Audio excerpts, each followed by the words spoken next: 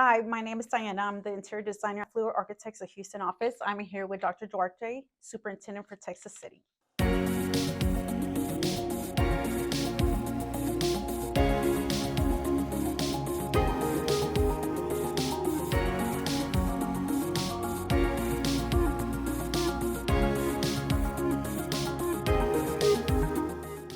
So I am 33 years in education.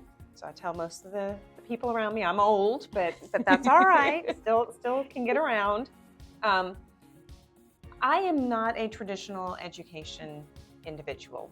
I went to school and got a bachelor's degree in business administration and majoring in economics of all things. Now I'm not sure what you do with an economics degree, but that's what I got. And when I graduated, back then you had the booths all set up around the gym at the college, and you walk around and you introduce yourself to people and you have paper resumes. And Harlingen ISD was looking for a 6th grade teacher and said, "Hey, would you be interested in teaching?" And I thought, all right, I could do this for a year until I figure out my path and journey in life, and stepped into that 6th grade classroom. And I tell people I was the 3rd teacher that year. So there were bets on how quickly could we get rid of this teacher, because they were on a roll. And that was it. I fell in love with the students. I fell in love with the opportunities of working with our children, and never left. Got my teaching degree and stepped into administration, and eventually led me to the superintendency. Awesome. What have been some of your biggest challenges that you would say you have faced in the past, and how did you overcome them? I don't know if I've ever even said I've had challenges, because I truly love what I do. And it is such a joy for me to be able to come to work every single day and have a positive impact on what happens. I've landed dream jobs. I've spent most of my career in curriculum and instruction, so I've always had a direct impact to learning, if it's adults or students. But if you were gonna say, okay, pick something that was difficult, it takes time to step into that superintendency role. And it's not always the easiest path to be able to get to that position. And I'm going to tell you, I don't believe it's because I am a woman or because of my journey through education. It's really about the fit. It's what does the district need? What is the board looking for? What is the skill set that you bring to the district? Do you connect with the culture of that community? And so finding that right place, that right fit that gives you that opportunity to continue to grow and develop is sometimes takes a little bit of time to get there. And I am truly blessed because Texas City ISD is my first superintendency position. The district took a chance on Dr. Duarte, and I'm finishing my 4th year, and it's been amazing. That's awesome. That is so awesome.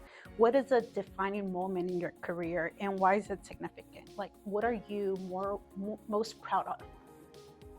I would say my ability to step into a district and to build morale and affect culture to impact student achievement. Every district I've been in, we've had campuses that may have struggled, or a certain content area that they've had difficulty in, and I've been able to walk in and help guide and shape and support the growth of our children so that we have campuses that are successful.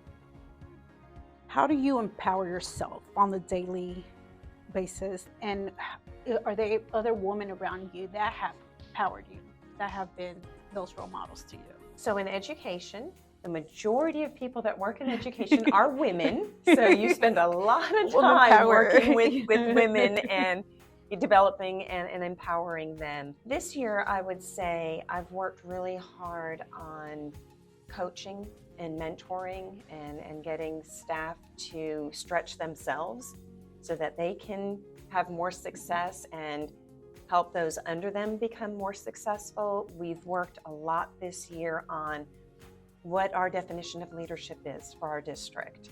and what is the pathway that our employees can go through to develop themselves to become leaders in our district. And that was really important to us because we wanted to give our staff the opportunity to grow and to be able to step into those positions that are a little more challenging than where they were.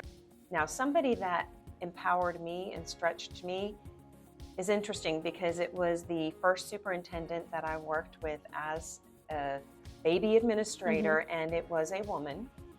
And she really pushed me outside of my comfort zone and gave me opportunities to grow and develop that I don't think I would have ever necessarily taken on as quickly as I was able to under her leadership. Which is awesome because I think we all have a mentor in life, and somewhere down the road we become that mentor too. You know, it's like passing on a blessing. The best advice you have ever received? Best advice I've ever received would be from my father.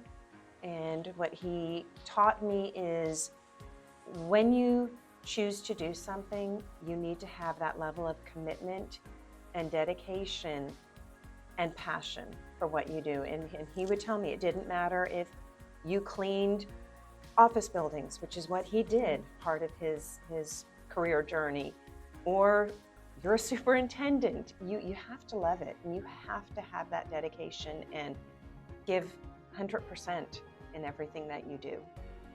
If you could go back in time, what advice would you give your young self? Have fun. Enjoy what you do, because there is so much struggle and strife and opportunity, and you just got to find the happiness and the joy in it. Given that, what kind of legacy do you want to leave with? So the first thing is, if I ever leave a district, I want to leave it better than when I got there. And that's really important to me. But above that, for me, that legacy is she truly cared about students, about the community, about the staff, and was willing to do whatever it took for them to feel that success and that happiness and that joy. Awesome. What was your dream job as a young kid? So I think I always had a service heart, because when I was little, I was going to work with animals, and I was going to have a dog rescue farm, and I was going to have all this property, and every abandoned animal was going to have somebody to love them.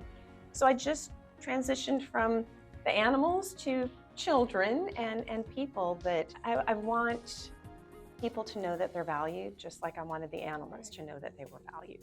It's your way of giving, and it just shows the heart that you do have, you know.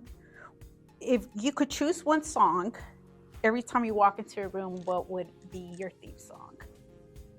All right, it will be on the background. This is going to be corny, but that song is going to be "We Are the Champions." Oh yeah. And it is not "I am the champion," it is "We are the champions," because I can't do this job myself, and I have an amazing team. I always have had an amazing team that has been able to get the right work done. So we are the champions. No matter what we're dealt with in life, we can overcome it. Yes. And you know, I know they say God never gives you more than you can handle, and sometimes you feel like He's given you more than you can handle, but you can do it. You can overcome it. And I'm going to share something personal. Second year in my superintendency, I battled breast cancer, and the most important thing to me in that whole thing was I needed the staff to know that I still was dedicated, and that I was still committed, and I was still passionate about our children and our community, and breast cancer wasn't going to define who I am. My choices, my decisions, my work ethic was going to define who I am. And I was here every day because it was my happy place, and it was my safety and my sanctuary. And so we can do this. Yeah. God, give us whatever you want. We can do this. We can do great work for children. Yes, that's a great perspective in life. Just, you know, sometimes we do have a fall in life, but we get back up and just keep you know, running through and pushing through. So Absolutely. Thank you for that, because I sometimes need to hear that myself. Thank you.